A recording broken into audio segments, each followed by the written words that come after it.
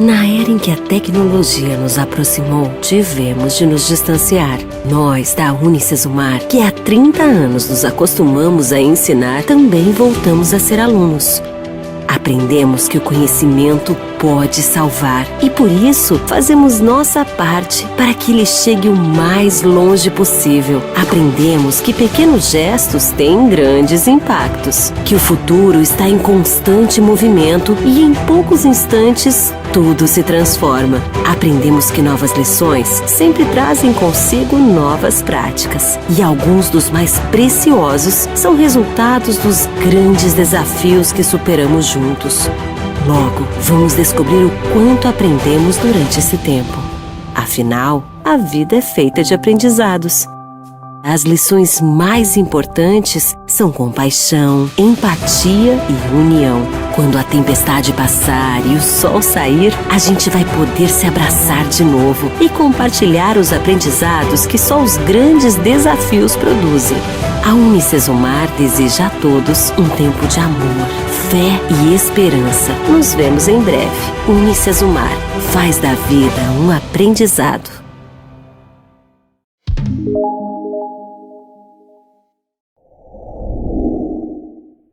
Olá pessoal, tudo bem com vocês? Aqui quem está falando é o professor Tiago e nós estamos começando mais uma aula de agroecologia, conforme vocês estão vendo aqui na nossa tela. Na nossa aula passada a gente trabalhou bastante sobre os conceitos básicos de agroecologia. Hoje não vai ser diferente, porém nós vamos centrar o foco da discussão da nossa aula de hoje sobre as relações ecológicas. Por isso, vamos dar continuidade à temática ecologia. Vocês estão vendo aqui que nós estamos lidando com conceitos básicos sobre ecologia e vamos discutir na aula de hoje sobre as relações ecológicas. Vamos à frente então, dando sequência. Aqui vocês estão vendo então algumas informações no nosso slide, tá? Vamos ver somente o slide nesse momento.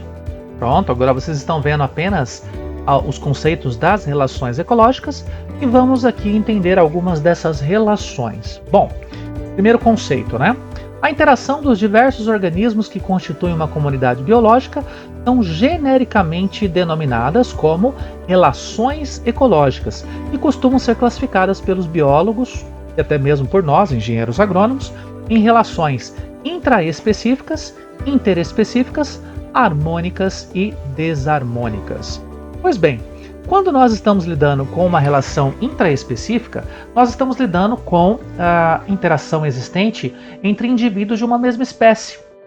Podemos dizer, por exemplo, a competição entre plantas de milho. Se uma planta de milho está competindo com a outra por luz, espaço e nutrientes, não deixa de ser uma relação intraespecífica. Quando a gente fala, no entanto, que essa mesma relação ela se estabelece entre indivíduos de espécies diferentes, aí nós estamos lidando com uma relação interespecífica. E pode ser uma interação interessante para a planta, no sentido de ser uma relação harmônica. Vejam só, pelo menos uma das espécies se beneficia e não há prejuízo para nenhuma das partes associadas, ou, num caso que eu vou exemplificar agora, há a relação desarmônica. Uma ou ambas as espécies são prejudicadas. Qual é o exemplo que nós podemos lidar, então, de uma relação interespecífica desarmônica? Pés de milho sofrendo o ataque da Spodoptera frugiperda. Spodoptera frugiperda, para quem não conhece, é a lagarta do cartucho do milho. Essa lagarta ela promove a perfuração do local onde se forma a espiga do milho, que é o que a gente chama de sabugo. Nesse sabugo, que nada mais é do que uma rachis de uma gramínea, rachis é um nome técnico, não é? É lá onde eu vou ter a deposição das sementes e dos frutos. Esta lagarta, ela adentra a formação de uma espécie de cartucho de folhas mesmo, a espiga ela sai no centro e vem para a lateral. A lagarta penetra antes dessa espiga sair, ou mesmo quando a espiga está formada, perfurando as brácteas, que são as folhas que recobrem a espiga, e perfurando também essa rachis, ou esse sabugo, logicamente que em busca de alimentação. Essa é uma relação interespecífica, envolve, portanto, duas espécies, A primeira é Spodoptera frugiperda, a segunda Zea mays, que é o milho, e causando, claro, um prejuízo para a cultura do milho. Tá? Ela pode continuar sendo uma relação interespecífica desarmônica quando a gente considera também o uso de um transgênico. O transgênico, na verdade, é uma solução que poupa recursos do agricultor. No entanto, nós devemos colocar aqui para o contexto da ecologia que ela é uma relação desarmônica, principalmente quando esse milho ele tem aquela pequena alteração genética pela transgenia que injeta no genoma do milho um trechinho de uma proteína que nós chamamos de proteína Cry. Cry de crystal ou cristal. Na medida em que a lagarta consome as folhas deste milho, ela também está ingerindo essas proteínas cristalizadas. Dentro do sistema digestório da lagarta, essas proteínas se cristalizam de vez e começam a lacerar os tecidos do sistema digestório. Então a lagarta é cortada inteiramente por dentro, ela acaba morrendo. Então não deixa de ser uma relação interespecífica desarmônica. Um exemplo de relação interespecífica harmônica: soja e fixação biológica de nitrogênio. Nas raízes da soja, nós temos as nodulações promovidas por bactérias do gênero Rhizobium ou Bradyrhizobium, a espécie da soja Glycine-max. Essa interação faz com que a planta de soja absorva o nitrogênio atmosférico, lembrando que nós temos mais de 70% de nitrogênio no ar, 78% aproximadamente.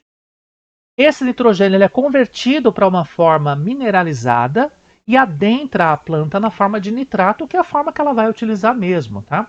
Então nós temos um benefício para a planta de soja. Só que ao mesmo tempo, as bactérias recebem nutrientes que vêm da planta de soja e recebem abrigo. Uma vez que os pelos radiculares dessa soja são, entre aspas, infectados por essas bactérias, pelas colônias, o pelo ele começa a se encurvar. O nódulo fica aqui no centro, o pelo se encurva, ele forma uma estrutura em forma de gancho que recobre esse nódulo, protegendo então essas bactérias do meio externo. Então nós temos um benefício para a planta de soja e um benefício para as bactérias. Portanto, o exemplo de relação interespecífica harmônica. Okay? Bem interessante trazer para o âmbito da agronomia essas discussões. Vamos à frente então. Aqui alguns exemplos para vocês na tabela. Vamos aqui demonstrar em tela cheia. Vocês estão vendo aqui em termos de relações harmônicas intraespecífica, colônias e sociedades. No caso de colônias e sociedades, a gente percebe isso muito mais para o reino animal. E na interespecífica harmônica, o mutualismo, a protocooperação e o comensalismo. Aí nós enxergamos o reino vegetal com mais ênfase. Nas relações desarmônicas, quando nós temos dentro da mesma espécie, ou seja, uma relação intraespecífica, a competição intraespecífica, que eu exemplifiquei, duas plantas de milho competindo pelo mesmo espaço, competindo pelos mesmos nutrientes e pela mesma luz, e o canibalismo. O canibalismo, na verdade, é muito mais percebido no reino animal. E nas relações desarmônicas interespecíficas, a competição interespecífica, já vou exemplificar para vocês um exemplo bem legal. O predatismo, isso nos serve muito dentro da agroecologia. O parasitismo, isso também pode nos servir para a questão de controle biológico. O amensalismo e o esclavagismo. Tá? Exemplificando a competição interespecífica. Existe um conceito na agronomia que nós chamamos de PCPI, que é o período crítico de prevenção da interferência. Esse conceito se relaciona à competição entre a planta de cultura e uma planta daninha. Vamos pensar numa horta orgânica ou agroecológica, né? Estou produzindo alface, estou produzindo couve, estou produzindo repolho. No entanto, eu percebo que tem uma planta de tiririca no meu canteiro. Se eu não dou muito atenção, ela vai se propagar. Ela se propaga por meio de tubérculos no subsolo. Então, dentro de poucos dias, eu vou ter muitas tiriricas. A parte aérea da tiririca vai começar a recobrir as minhas plantas de cultura. Isso é uma competição interespecífica, competição esta que pode culminar na redução da produtividade da alface. Então, trazendo isso para a agronomia, quando a gente fala sobre o PCPI é o período no qual eu não posso de modo nenhum ter plantas daninhas no ambiente de produção. No caso da soja, só para exemplificar para uma macrocultura, para uma grande cultura, de 20 dias após a emergência até aproximadamente 80 dias, eu não posso ter planta daninha nenhuma no campo, porque isso pode prejudicar a produtividade da soja. Principalmente aquelas plantas daninhas de porte mais alto, como é o caso do capim amargoso, capim colchão, pé de galinha e outros, né? Quando a gente está trabalhando com uma horta, os ciclos das culturas são mais curtos. O ciclo da alface, por exemplo, varia de 35 a 42 dias. Então, o PCPI dela também é curto, logicamente, mas eu até indicaria um PCPI completo, ou seja, durante o desenvolvimento da cultura inteira, eu não tenho que ter plantas daninhas, porque isso pode prejudicar o desenvolvimento da cultura. Pode reduzir a capacidade da planta fazer fotossíntese, porque ela vai estar sombreada na maioria dos casos. Pode diminuir o crescimento radicular, porque algumas das plantas daninhas têm a alelopatia como um instrumento de defesa. Então, os alelopáticos eles são exudados ao solo. Lembrando que os alelopáticos são substâncias produzidas pelo metabolismo das plantas que servem para que as plantas se comuniquem com o meio. No geral, nós podemos ter alelopatia positiva quando este composto químico auxilia no desenvolvimento do outro ser, ou alelopatia negativa quando interfere negativamente no desenvolvimento do outro ser. E tem vários casos de plantas daninhas que exudam alelopáticos que inibem o crescimento de raízes ou que inibem a germinação de sementes. Isso é muito perigoso. Neste caso, mais um resultado de competição interespecífica. Vamos dar continuidade. Relações intraespecíficas harmônicas. Vamos agora exemplificá-las, né? Vamos aqui colocar somente o slide novamente. Colônia. Associações entre indivíduos de mesma espécie, unidos fisicamente entre si, podendo ou não ocorrer divisão de trabalho. Aí nós temos os exemplos dos corais, das bactérias Streptococcus, das caravelas. Já na sociedade, associações entre indivíduos da mesma espécie, organizados de modo cooperativo e não ligados anatomicamente. Podemos ter, por exemplo, abelhas, podemos ter formigas, podemos ter vespas. E o mais interessante para nós aqui da agroecologia é sim incentivar a formação de sociedades no ambiente de produção. Por quê? Boa parte das colônias de insetos que existem, alguns deles, logicamente, podem ser pragas, mas outros podem ser inimigos naturais, podem ser predadores. E aqui eu vou colocar para vocês um exemplo bem propício, no caso de vespas. Tem uma vespa chamada Cotesia flavipes.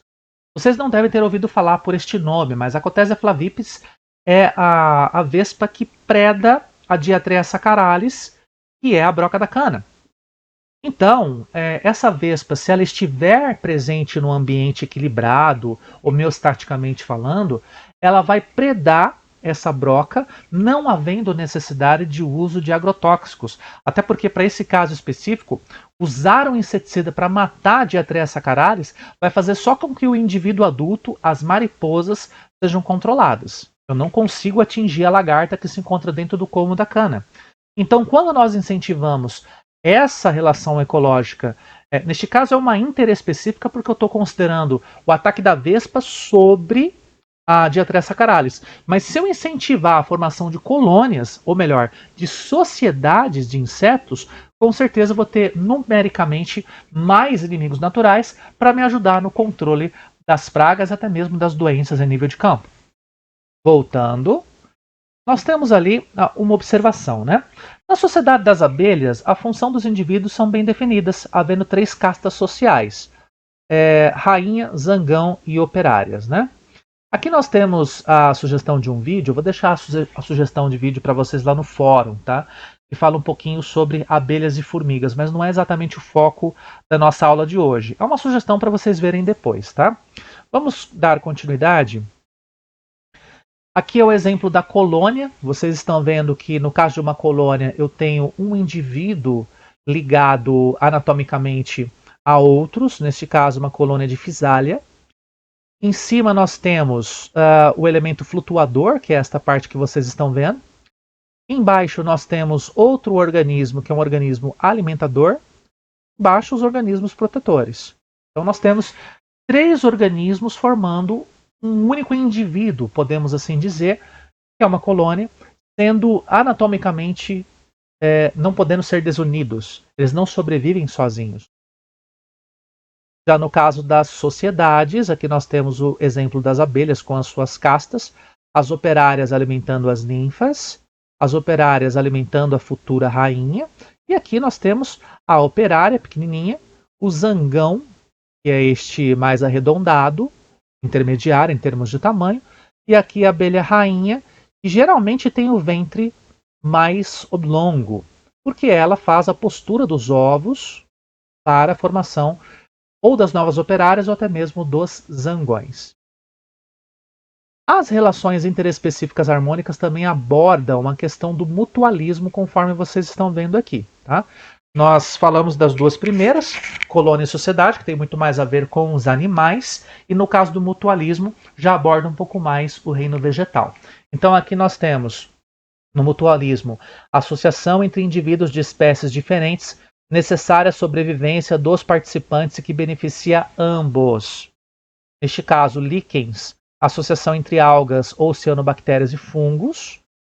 A bacteriorrhiza, associação formada por bactérias do gênero Rhizobium com raízes de leguminosas como feijão e soja.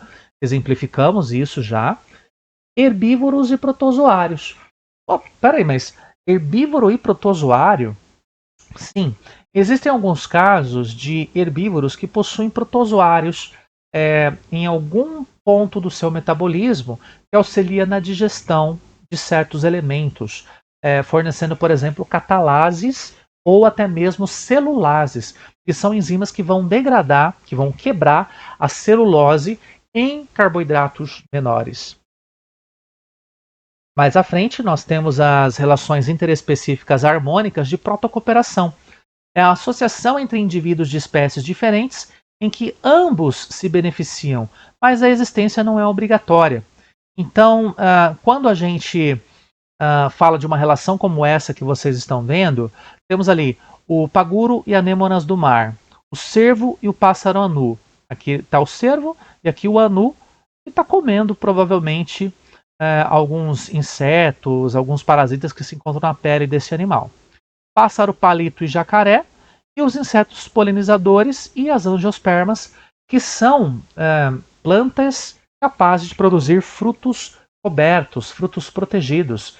São plantas produtoras de semente e fruto. Neste caso, aqui a gente poderia dizer, no caso dos insetos polinizadores, que se eu estiver falando de uma espécie alógama, como é o caso do milho, eu não tenho tanta necessidade de ter um inseto polinizador para variabilidade genética. Então a planta sobrevive sem a presença deste protocooperante. Agora, quando eu tenho uma planta que é de autofecundação, tudo bem que ela vai sobreviver sozinha, sem a presença desses insetos. No entanto, a presença dos insetos é que garante a troca de material genético, o pólen de uma flor sendo levada para a flor de outra planta, promovendo então os cruzamentos intraespecíficos. Neste caso, acaba sendo uma protocooperação bastante importante. Os indivíduos podem viver sozinhos, mas juntos, logicamente, eles podem promover benefícios mútuos, ou pelo menos para um dos indivíduos, né? Já na questão do comensalismo, a associação entre espécies diferentes, na qual uma espécie é beneficiada, sem causar prejuízo ou benefício a outra. Isso é importante. Então, no mutualismo, vocês viram conosco, ambas as espécies têm vantagem. Na protocooperação, a convivência entre as espécies não é obrigatória, mas gera benefício para pelo menos uma das partes. E aqui no comensalismo, é uma associação na qual apenas uma se beneficia. Só uma. Não pelo menos uma. Só uma. No caso do comensalismo típico, então, nós temos relação em que uma espécie se alimenta de restos alimentares de outra sem prejudicá-la. os abutres, os urubus, que são os famosos lixeiros, né, da nossa fauna, eles se alimentam de restos de alimentos de outros animais. Não prejudicam, mas também não causam benefício. O inquilinismo, relação ecológica em que uma espécie inquilina vive sobre ou no interior de uma espécie hospedeira sem prejudicá-la. Nos vegetais, essa associação recebe o nome de epifitismo. Por exemplo, as bromélias. Bromélias que ficam fixadas, tendo elas o próprio benefício, mas elas não são capazes de gerar um benefício para a planta a qual elas estão se utilizando como hospedeira, ou causar um prejuízo para ela. Então ela fica por ali, pendurada na árvore, sem causar prejuízo, sem causar nenhum malefício também. E a forésia é a relação na qual uma espécie usa a outra como meio de transporte. O tubarão e as rêmoras, ou os peixes-guia nas baleias, né? É uma relação que não gera exatamente um benefício para a baleia, não gera exatamente um benefício para os tubarões, mas com certeza para as rêmoras elas vão ter menos resistência da água à sua movimentação quando elas pegam uma carona ali com os tubarões, tá certo? Vamos dar continuidade então às nossas próximas relações ecológicas, as relações intraespecíficas desarmônicas. Nesse ponto da aula vocês devem estar se perguntando, professor, mas a gente está entendendo até essa questão das relações harmônicas e desarmônicas, mas como que isso se liga à agroecologia?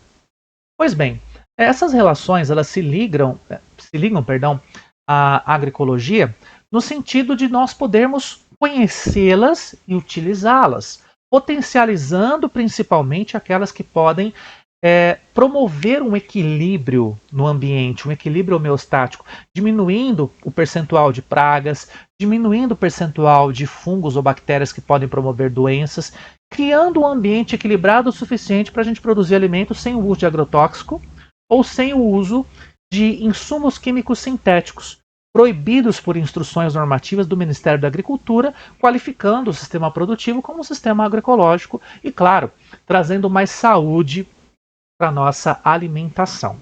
Voltando ali ao nosso slide, então, vamos colocar o slide de tela cheia novamente. As relações intraespecíficas desarmônicas são a competição intraespecífica, né? Ocorre entre indivíduos da mesma espécie e é motivada por disputas por território, alimento e companheiro sexual. Neste caso, é uma competição dentro da mesma espécie, ok? Desarmônica. E nós exemplificamos também a competição das plantas de milho. Canibalismo, relação na qual um organismo se alimenta de outro da mesma espécie. O louva-a-Deus, a aranha-viúva negra. Vale dizer que isso não acontece tanto em termos de relações produtivas dentro de uma horta, podemos dizer dessa maneira, né? Isso não acontece tanto, não é tão aproveitado. Entretanto, são relações que existem. As próximas são mais aproveitadas por nós. A competição interespecífica ocorre entre indivíduos de espécies diferentes, geralmente ocorre quando duas espécies apresentam sobreposição de nichos ecológicos. Então, 3 observações para vocês aqui para fixar o conhecimento. Primeiro, a disputa pelo mesmo recurso ambiental é um importante fator no controle do tamanho das populações.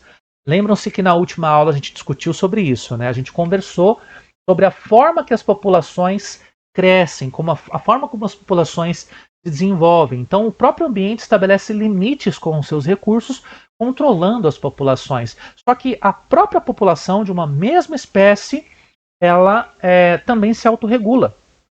A competição interespecífica, ou interespecífica, melhor dizendo, ela estabelece essa situação.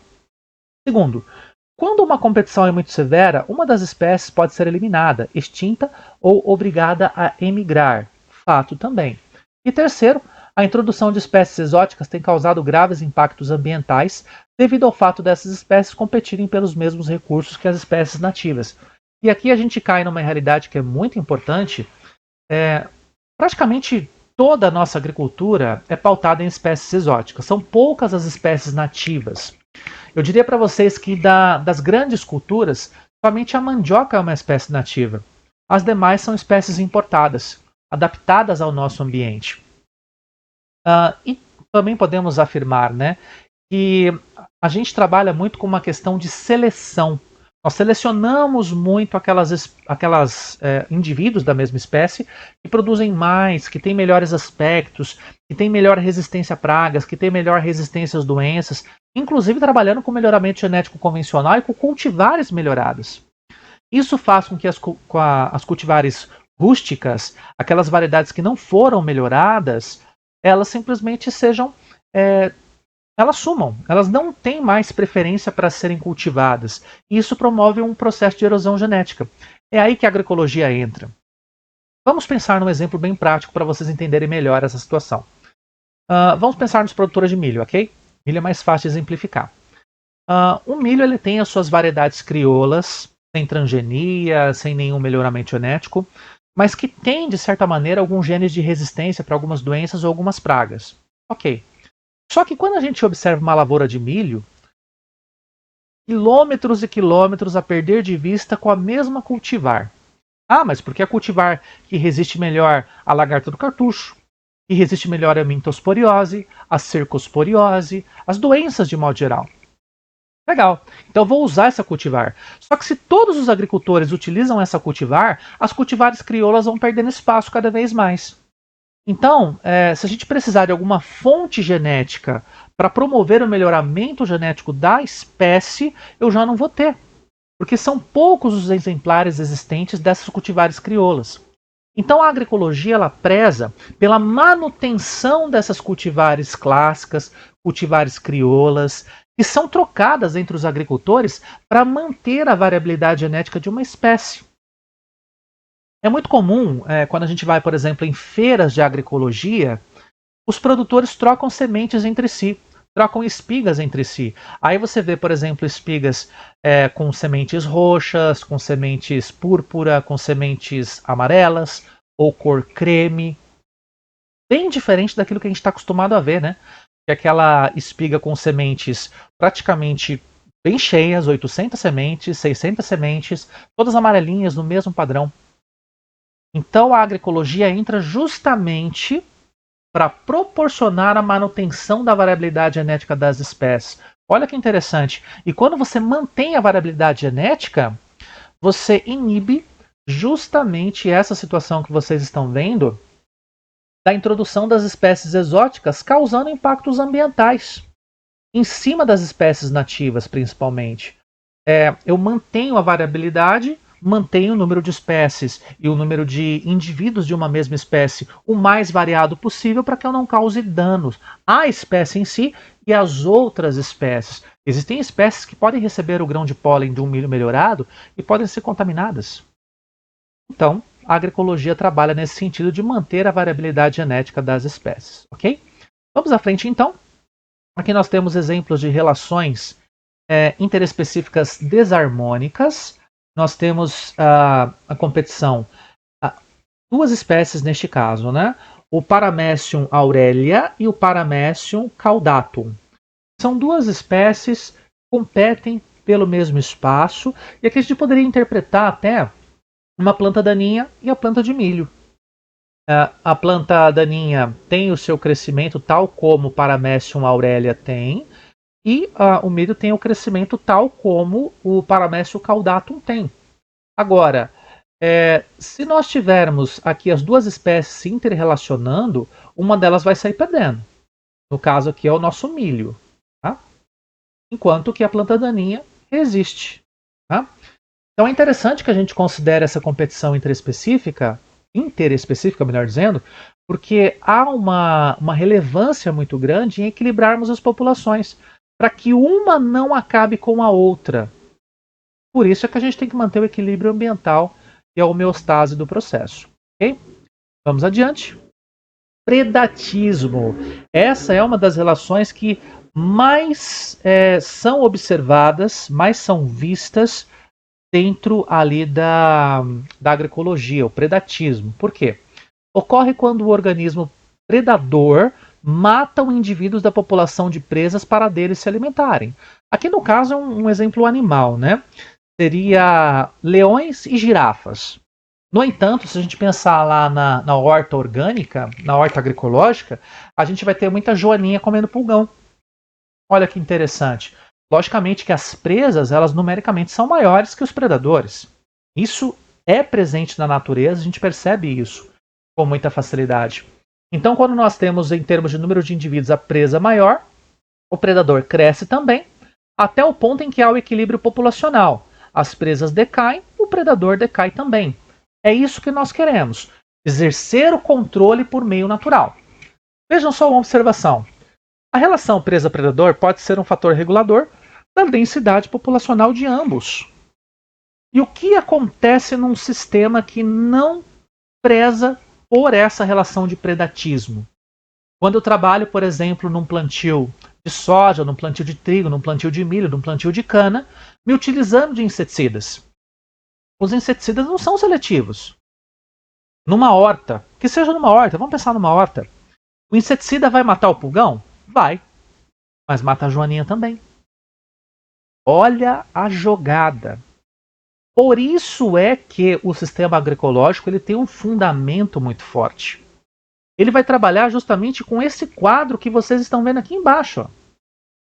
O equilíbrio da população de presas, que são as pragas das plantas, e o equilíbrio também das populações dos controladores biológicos.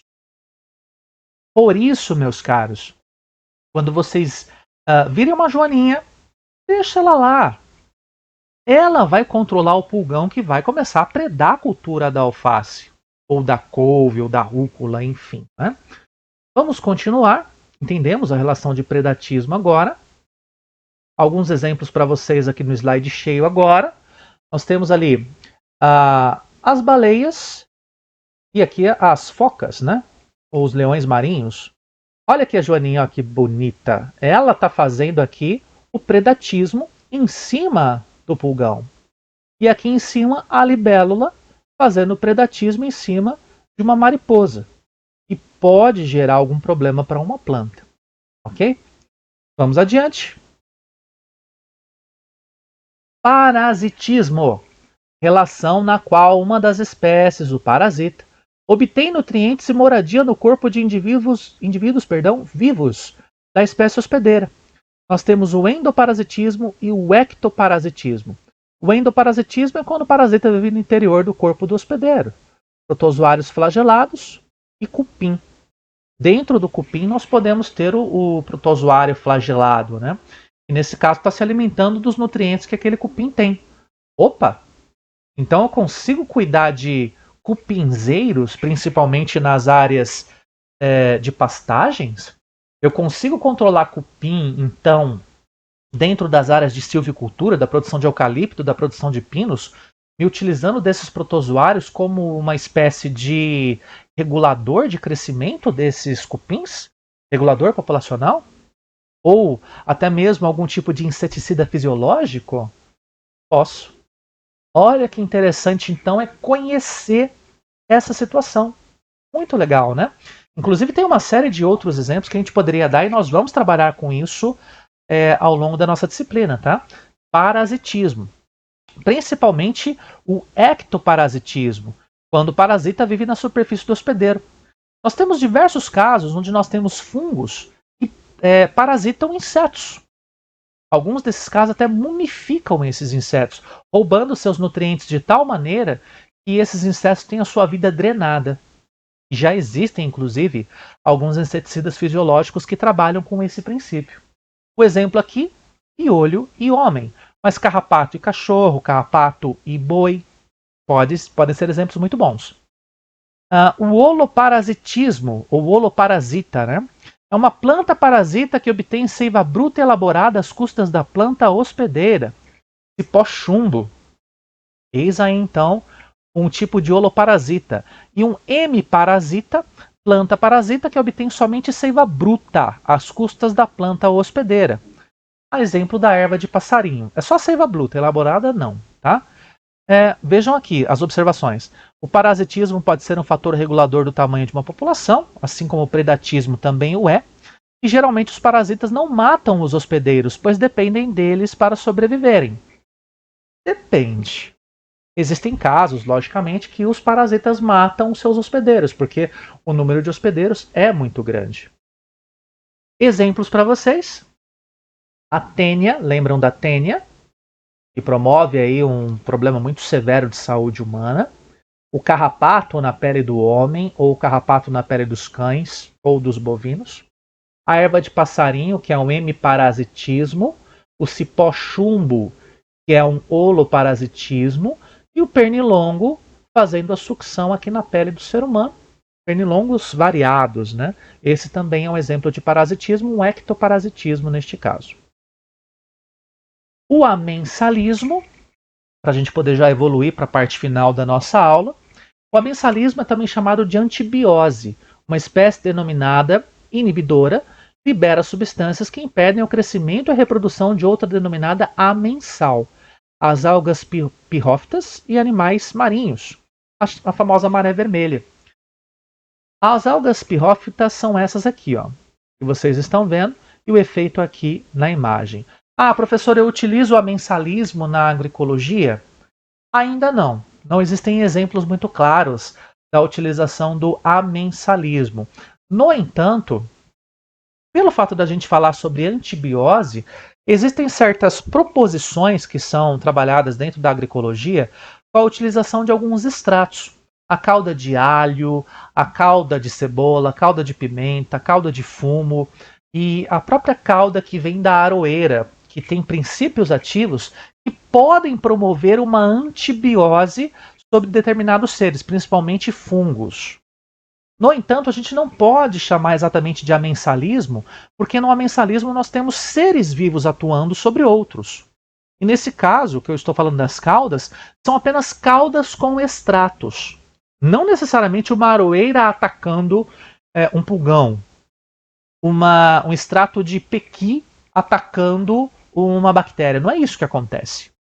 Mas podemos assimilar isso, esse pensamento de controle biológico por meio das caudas, em cima aqui do nosso amensalismo, tá? Não é a mesma coisa, mas se a gente levar em consideração que o amensalismo trabalha com o princípio da antibiose, e essas caudas também trabalham com isso, nós podemos fazer uma comparação que há uma ligação entre o uso das caudas e o amensalismo. Ok? Esclavagismo, para a gente poder acabar, uma espécie que se beneficia do trabalho de outra, o chupim. Essa espécie de pássaro bota seus ovos no ninho de outras espécies e passa a chocá-los até a eclosão. Olha que passarinho safado, né? É o chupim, o famoso passarinho esclavagista, ok? Nas relações ecológicas também, só para a gente poder avançar um pouquinho mais, nós temos a camuflagem e o mimetismo. No caso da camuflagem, se trata de uma adaptação na qual um organismo se parece com o ambiente, confundindo-se com ele na cor ou na forma. Neste caso, nós utilizamos esse princípio na agroecologia, principalmente para a aplicação de caulim, para a gente poder enganar os insetos que vão fazer a predação, né, a alimentação das maçãs do algodoeiro. Vou explicar isso para vocês mais à frente. E o mimetismo é uma forma de adaptação na qual uma espécie se beneficia por assemelhar-se às outras. Então aqui nós temos duas borboletas, a borboleta vice-rei e a borboleta monarca, que são bastante parecidas, apenas há uma alteração leve em termos de cor. O mimetismo, nós temos alguns pássaros, nós temos alguns insetos, principalmente os insetos, né, que se beneficiam pelo fato de se parecer com as plantas, e no caso, alguns répteis também, algumas cobras neste caso, né? E também algumas formas especiais de adaptação, o aposematismo, forma de adaptação na qual uma espécie exibe cores chamativas para divertir os seus possíveis predadores quanto ao seu paladar desagradável ou pelo veneno que possui. Aqui nós temos dois tipos de sapos, né? Os Dendrobatidae, da mesma família Dendrobatidae, e olha que cor interessante, né? Um vermelho, o outro amarelo com pintas pretas. Pessoal, a gente utiliza isso na agroecologia? Sim, a gente utiliza.